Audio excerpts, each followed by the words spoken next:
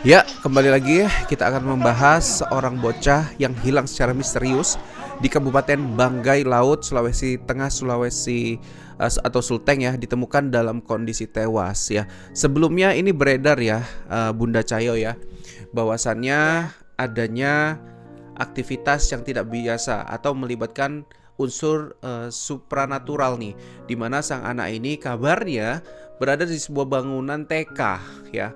Sebuah bangunan TK itu kemudian saat dipanggil sama orang tuanya, kemudian sang anak itu menjawab mama mama. Nah, di video yang tersebar, kemudian warga yang sedang melakukan pencarian bahkan pada malam hari itu nekat untuk membongkar plafon yang ada di bangunan TK tua itu, Bun. Ya karena di ya. situ disinyalir terdengarnya suara anak bayi itu. Nah, ini kan udah diketahui nih bahwa kejadian yang mengakibatkan anak ini hilang pada 4 Februari lalu dan baru ditemukan sorry ya, pada 1 Februari hilang, kemudian baru 4 hari kemudiannya ditemukan. Ini unsurnya kriminal, tapi kenapa orang tuh sempat mendengar, Bun, ada suara-suara anak kecil di dalam rumah TK itu. Berarti kan kondisinya ini antara anak ini sudah meninggal dunia, kemudian ataukah ingin memberikan suatu petunjuk, Bun, menurut Bunda? Ya, silakan. Itu bisa ini ya. Kalau dilihatnya kan sepertinya antara kejadian ini kejadian kriminal ataupun kejadian gaib, itu bisa kayak semacam ya tadi firasat atau petunjuk tadi ya. Karena kan biasanya kalau sebelum kejadian itu pasti ada pertanda-pertanda gitu. Cuman Ya. kalau pertandanya ini tidak semua orang bisa merasakan itu apa. Apalagi ini berhubungan dengan anak kecil. Anak kecil itu kan masih yang murni gitu ya. Anak yang murni apa indera keenamnya atau apa. Dan sebenarnya tiap diri anak itu ada kayak pelindungnya. Mungkin yang didengar orang-orang itu semacam pelindungnya ini, Korib ya. pelindungnya si bocah ini, korinnya ini, Oke ya. yang memberikan sinyal-sinyal untuk apa orang-orang memberikan pertolongan gitu. Oke, Bun, ini diketahui juga ya kondisi pada saat sebelum kejadian. Ini kan si ibunya ya menyuruh anaknya tuh pulang dari kebun sekitar pukul 16.45. Kemudian ya sang ibu kemudian pulang nih pada waktu jam sekitar pukul 6 sore ya. Ketika sampai di rumah, sang anak itu udah nggak ada. Ketika ditelusuri di berbagai daerah sampai dengan 3 hari lamanya, itu juga belum ditemukan. Malah muncullah kehebohan di mana terdengar suara bayi di sebuah bangunan TK tua. Ya, kemudian warga yang saat itu mendengar dan melihat kejadian langsung naik ke atap atau ke plafon bangunan TK yang tua itu. Nah, kalau menurut Bunda itu adalah suatu petunjuk ya, Bun ya, bahwa sang Petunjuk, anak yang mungkin dalam kondisi saat itu sudah tidak ada, ingin butuh menunjukkan, pertolongan ya. iya, ingin membutuhkan pertolongan, entah itu segera ditemukan atau memang jasadnya diharap untuk ditemukan gitu ya, Bun ya. Iya, jadi itu pelindungnya. Jadi kan setiap manusia itu sejak lahir kan kayak didampingi jin korin gitu ya, atau ya pendamping lah, pak kodam lah, nggak tahu lah. Nah itu memberikan petunjuk untuk orang-orang memberikan pertolongan atau mencari anak itu.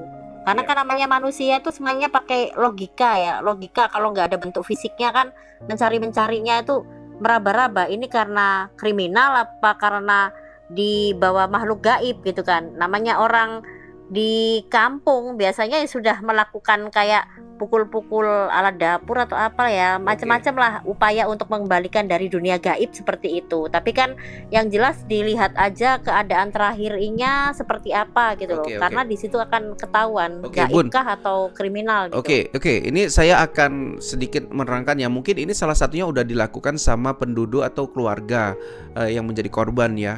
Ada beberapa cara yang sering dilakukan masyarakat untuk memanggil kembali anak yang hilang karena ulah usil makhluk gaib ya.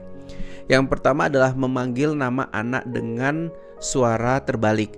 Konon makhluk gaib tidak menyukai cara ini dan akan segera melepaskan si anak. Kedua, menggunakan ajan ya atau doa-doa tertentu yang dimana banyak orang percaya bahwa suara azan dapat mengusir gangguan makhluk halus. Yang ketiga adalah menabur garam atau membaca ayat suci di sekitar lokasi hilangnya sang anak. Cara ini dipercaya bisa membatalkan pengaruh makhluk gaib yang menyembunyikan anak.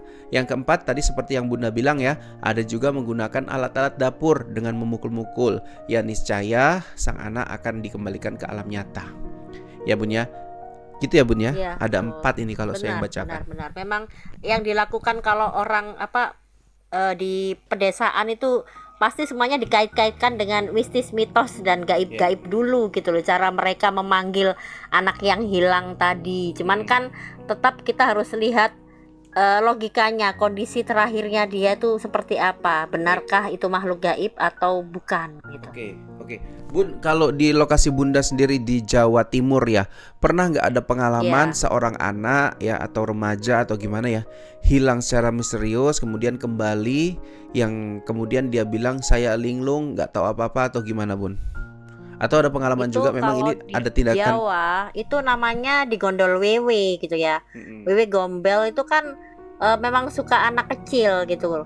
Dan wewe gombel kalau bawa anak kecil itu agak lama, sekitar 3 hari atau 1 minggu. Iya. Tapi keberadaan wewe gombel ini biasanya bisa diketahui itu oleh biasanya kayak semacam pini sepuh gitu loh, atau ketua adat atau tetua yang ada di pedesaan gitu. Jadi biasanya untuk mengetahui anak itu hilang karena apa, ya pasti dipanggilkan spiritual, kemudian ya penduduk akan mencari ke dalam hutan atau mencari ke manapun itu dengan segala cara. Dan yang jelas memang itu karena kalau dibawa makhluk gaib otomatis anak itu juga ikut makan disuapin apa. Nah, yang payahnya tuh makannya itu, maaf ya, makannya tuh kayak makan tanah lempung itu loh, tanah yang ada di sawah kayak gitu-gitu loh. Makan dedak itu apa sih, kayak makanan bebek itu loh yang dari gabah-gabah apa. Jadi dia seolah-olah kayak makanan enak, tapi yang disuguhkan tuh ya nggak benar-benar begitu gitu loh kalau makhluk gaib itu. Jadi ada kalau di Jawa itu namanya bocil itu suka digondol wewe itu ya, karena memang wewe itu suka anak kecil dan dikasihnya makan ya nggak benar seperti itu, dan memang akan pasti dikembalikan, tapi kan ya setelah spiritual menggerakkan penduduk desa untuk mengembalikan itu, bernego dulu. Ada pandangan juga Bun bahwasanya ketika ada perbedaan juga gini antara yang disembunyikan makhluk gaib dengan yang dikerjain sama orang ya, atau tindakan kriminal. Kalau disembunyikan sama makhluk gaib katanya itu tidak bisa, atau jasadnya juga akan hilang dengan ruhnya yang dibawa gitu. Jadi tidak mudah ditemukan karena ini pengalaman hidup bisa. Iya, gimana?